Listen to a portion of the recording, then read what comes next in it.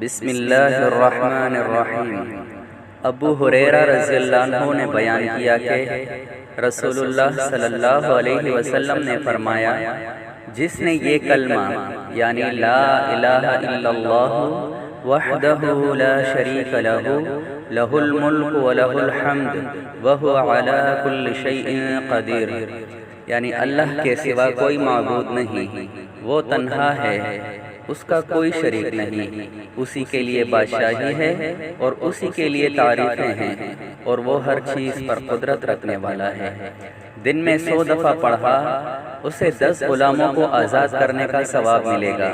اور اس کے لیے 100 نیکیاں لکھ دی جائیں گی، اور اس کی 100 برائیاں مٹا دی جائیں گی، اور اس دن وہ شیطان کے شر سے محفوظ رہے گا شام تک کے لیے، اور کوئی شخص اس دن اس سے بہتر کام کرنے والا نہیں سمجھا جائے گا سوا اس کے جو اس سے زیادہ کرے۔